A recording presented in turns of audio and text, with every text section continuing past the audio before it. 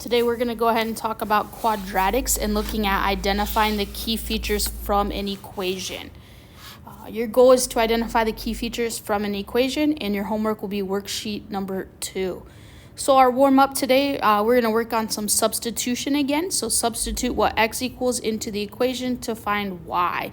So I'm giving you a value for x, and I want you to find y. So what we're going to go ahead and do is we're going to rewrite this part, the equation, and we're going to replace the x with a 3. So I would have y equals 4 times 3 plus 8. My job is to then find the right side, so y would be 12 plus 8, so y would equal 20. Looking at number 2, we're going to make x be negative 3. So we're going to go ahead, take that equation, we're going to replace x with negative 3, so y would equal 2. I'm going to put that x in parentheses, so 2 times negative 3 squared plus 2. Negative 3 squared, if I use my order of operations, is 9. So 2 times 9 plus 2, which would give us 18 plus 2. So y would also be 20. The first thing we're going to look at is finding the axis of symmetry from a given equation. So the axis of symmetry, we're going to use a formula to find this. And in order to use this formula, we have to have our quadratic equation written in standard form. So this is y equals ax squared plus bx plus c. Okay, and so then from there, our formula is x equals opposite of b over 2a, 2 times a. So a is the coefficient of the x squared term. So a is the number in front of x squared. B is the coefficient in front of the x term. So b is the number in front of the x term. So we're going to go ahead and use this formula to find our axis of symmetry. So looking at problem number 1, the first thing it wants us to do is it wants us to identify our a number and our b number. So your a number is the number that's in front of x squared. So here my a would be negative 3. Your b number is the number that's in front of x. So on this one, my b would be 6. Now we can go ahead and use that formula. So x equals opposite of b over 2a. So the opposite of b is 6. So the opposite is negative 6 over 2 times a, 2 times negative 3. So I'd get negative 6 over negative 6, which is 1. So my axis of symmetry is at x equals 1. Looking at question number 2, we're going to go ahead and identify our a number and our b number. So the a number is before x squared, so here it is 2. The b number is before x, so here it is 8. Your formula again, x equals opposite of b over 2a. So the opposite of b would be negative 8. 2 times a is 2. So I would have negative 8 over 4, which gives me an answer of negative 2. So my axis of symmetry is at x equals negative 2. Number 3 here, the a is what's in front of x squared. There is no number written in front of x squared, so we have that unwritten 1. B is the number in front of x, so here it would be negative 4. We're going to go ahead and plug it into that formula, opposite of b over 2a. So the opposite of negative 4 is positive 4. 2 times a is 2 times 1, so I'd have 4 divided by 2, which is 2. So my axis of symmetry is x equals 2.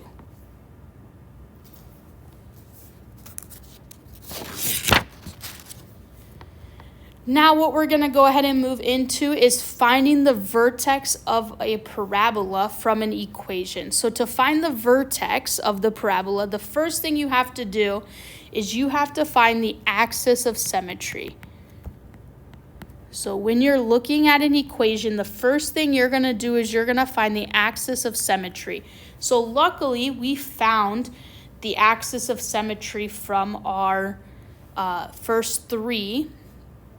And we're going to use that because this gives us the x value of our vertex. So once we have the axis of symmetry, we're going to use that x value and we're going to substitute it in. So we're going to substitute the x value in to find the y value. At the end, you're going to write your two values as an ordered pair, which is an x comma y.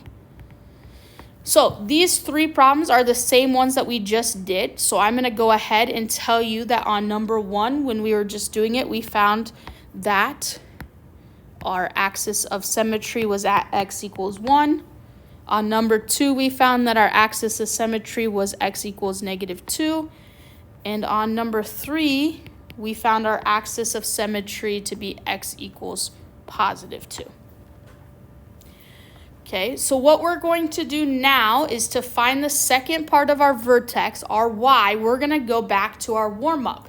We're going to take this equation, well, I guess the whole equation, not just the right part of it, but we're going to take the whole thing, and we're going to replace the x with this, 1. So I would have y equals, when I replace numbers, I always like to put my values in parentheses. It helps with my calculator computation. So negative 3, 1 squared, plus 6 times 1 plus 9. You can go ahead and use your order of operations on that right side if you want, or you could plug that into your calculator. So this would give me negative 3 plus 6 plus 9, which will give me an answer of 12.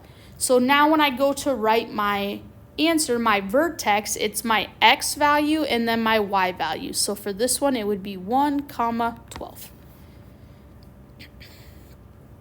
All right, let's go ahead. Same process with number 2. We found that x was negative 2, so I'm going to plug that in. So y would equal 2 times negative 2 squared plus 8 times negative 2 plus 3. You could go ahead and use your calculator to type that in. You could include the parentheses. This is going to become an 8. Negative 2 squared times 2 is 8. And then minus 16 plus 3, which will give me an answer of negative 5. So my final answer for my vertex is negative 2 comma negative 5. So on number 3, we're going to plug in that x equals 2. So y would be 2 squared minus 4 times 2 minus 10.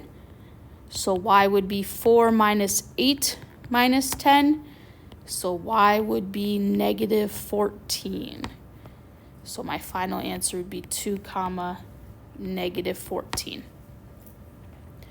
The last thing that we're going to do from our equation is we're going to talk about our minimum and our maximum amounts. So we're going to talk about our minimum and our maximum amounts.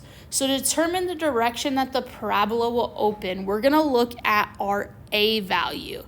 And so we talked before about when our quadratic is in standard form, the a is the value in front of the x squared term. Okay, and so if we look at question number 1 here, a would be negative 3. And so if a is greater than 0, which means it's a positive value, our parabola will open up and have a minimum. If a is less than 0, meaning it's a negative value, our parabola will open down and have a maximum. We will then use the vertex to determine the amounts. So on question number 1, we said a was negative 3. So since a is negative, our parabola is going to open down, which means that it's going to look like this. Okay, and so that vertex right here is at a maximum. It's the tallest part of the graph. And then from there, what we're going to do is we're going to use our vertex. So above, in these problems up here, we found our vertex. So number 1, our vertex was 112. So what this is we would have a maximum of 12 at x equals 1.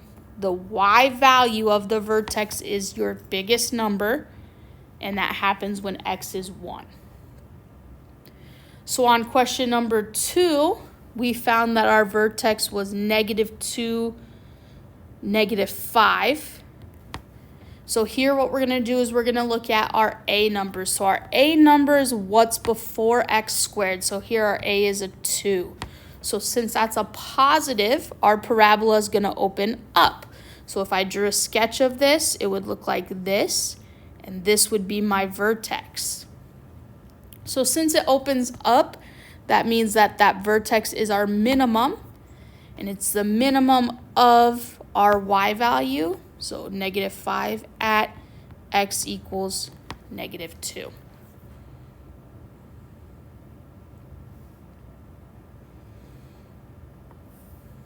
All right, I'm going to look up 2, -14. So our vertex was at 2, -14 on this one. Our a here is a +1, so we're going to open up because it's a positive. When we open up, it looks like this. So that vertex is at the minimum of our graph, and it's a minimum of your y value at your x value. So it's a minimum of -14 at x equals 2.